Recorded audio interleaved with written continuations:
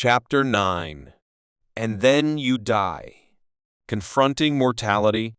When the protagonist travels to the Cape of Good Hope, it's like he's taking a journey deep within himself. Standing at the edge of the cliff, he's not just looking at the vast ocean. He's facing his own mortality, the fact that one day he will die. It's a bit like staring into the unknown, realizing that life is fragile and fleeting. Physical manifestation. Imagine if your feelings could be seen or touched. That's what's happening here. The protagonist's trip to the Cape of Good Hope is like a physical representation of what's going on inside his head and heart. It's as if he's saying, I need to see this with my own eyes to truly understand it. Life and death. Think of life as one side of a coin and death as the other.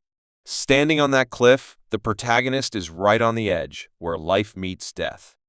It's like he's peering into the abyss, realizing that life is precious because it's temporary. Instead of running away from this truth, he's choosing to face it head-on. Contemplating existence. Imagine sitting by a campfire, staring into the flames and thinking about the big questions in life. Who am I? Why am I here? What happens when I die? That's what the protagonist is doing as he stands on the edge of the cliff. He's pondering the meaning of his own existence and what it means to be alive. Embracing mortality. Instead of being scared or sad about the idea of dying, the protagonist is accepting it as a natural part of life. It's like he's saying, yes, I will die one day, but that doesn't mean I can't live fully right now. By facing his mortality, he's able to appreciate the beauty and wonder of life even more.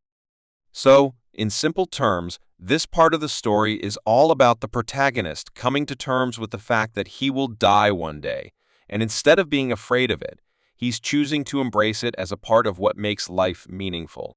Physical sensations and psychological tension. Physical sensations. Imagine walking closer and closer to the edge of a tall cliff. Your body starts to feel tense, like all your muscles are tightening up. Your heart might start pounding faster, and you might even feel a bit shaky. That's exactly what the protagonist is feeling as he gets nearer to the edge. It's like his body is warning him, hey, this might not be safe. Psychological tension. Now, imagine that at the same time, your mind is racing with thoughts. What if you fall? What if something goes wrong? These worries start to fill your head, making you even more anxious. The protagonist is experiencing this too. Even though he's made a conscious decision to face his fear, there's still a part of his mind that's scared of what might happen. Internal struggle. It's like there's a battle going on inside the protagonist's head. On one side, his body is telling him to stay away from the edge to protect himself from danger. But on the other side, his mind is pushing him forward to confront his fear and embrace the challenge. This struggle mirrors what many people feel when they think about death. Part of them wants to avoid it at all costs, while another part knows that they need to come to terms with it. Facing fear. Despite the tension and fear, the protagonist keeps moving forward. It's like he's saying, I know this is scary, but I'm not going to let it control me. This moment is a powerful example of courage and determination. Instead of letting fear dictate his actions, the protagonist is choosing to confront it head-on. So, in simple terms, this part of the story shows how the protagonist's body and mind react as he approaches the edge of the cliff. It's a vivid portrayal of the internal struggle that many people face when they confront their own mortality. Philosophical reflections. Imagine sitting on the very edge of a cliff, looking out at the vast expanse of the world. It's a moment that makes you pause and think deeply about life and what it all means. That's exactly what the protagonist is doing. He's taking the time to ponder the big questions, like why we're here and what happens when we're gone. Stoicism and Buddhism. The protagonist draws upon ancient philosophies like Stoicism and Buddhism to guide his reflections. These philosophies teach that accepting the reality of death is essential for living a meaningful life. Stoicism, for example, encourages people to embrace their mortality as a way to appreciate the present moment. Similarly, Buddhism teaches that acknowledging the impermanence of life can lead to greater wisdom and compassion. Appreciating life's beauty. As the protagonist reflects on the fleeting nature of existence, he also finds a newfound appreciation for the beauty of life. It's like he's realizing that every moment is precious and worth cherishing. By accepting death, he's able to live more fully in the present and savor the beauty of the world around him. Gratitude and mindfulness. Through his reflections, the protagonist discovers that accepting mortality can cultivate a sense of gratitude and mindfulness. Instead of dwelling on fears or regrets, he learns to focus on the here and now. It's a powerful reminder to appreciate the little things in life and find joy in the present moment. The power of acceptance. In essence, this part of the story shows how accepting mortality can lead to a deeper understanding of life's beauty and meaning. It's a reminder that embracing the reality of death isn't about being morbid or pessimistic. It's about living with courage, gratitude, and mindfulness. So, in simple terms, the protagonist's philosophical reflections on the cliff's edge teach us that accepting death can actually help us live more fully and appreciate the beauty of life. Connection and empathy. Imagine you're standing on the edge of a cliff, feeling the weight of your mortality, when a stranger approaches you. Despite being from different backgrounds, you both share a common experience, the recognition of life's fragility. This connection is powerful because it reminds us that, regardless of our differences, we all face the same ultimate fate. Shared humanity. The encounter between the protagonist and the stranger illustrates the universal nature of the human experience. It doesn't matter where we come from or what language we speak, we all share the same fundamental emotions and fears. In this moment, the boundaries between individuals dissolve, and a sense of empathy and understanding prevails. Transcending boundaries.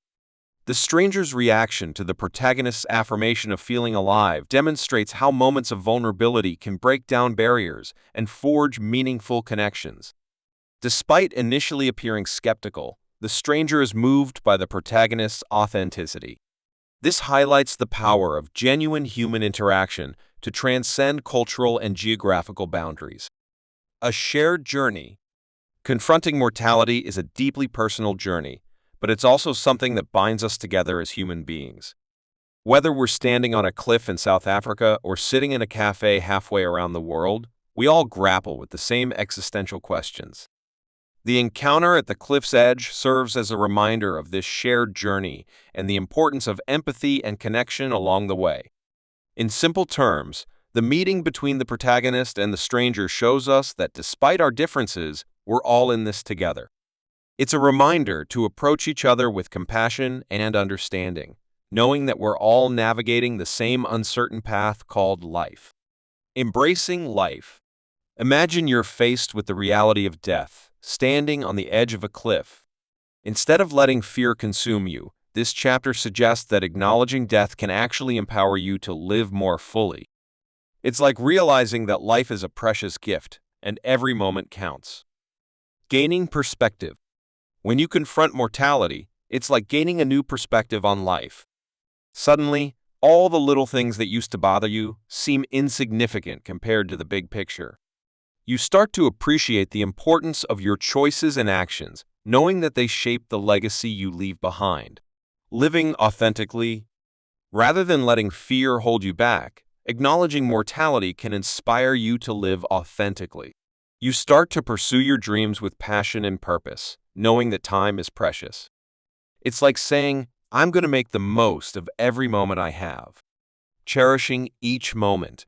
Instead of dwelling on the inevitability of death, this chapter encourages you to cherish each moment as it comes. Whether it's watching a sunset or sharing a laugh with a friend, every experience becomes more meaningful when you embrace the fleeting nature of life. Final thoughts. In simple terms, this chapter reminds us that life is short, but it's also incredibly precious. By confronting mortality head-on, we can gain a deeper appreciation for the beauty and wonder of existence. So instead of letting fear hold us back, let's embrace life with open arms and live each day to the fullest. In summary, this chapter explores the transformative power of confronting mortality and finding meaning in the midst of uncertainty. It invites readers to reflect on their own relationship with death and consider how embracing mortality can enrich their experience of life.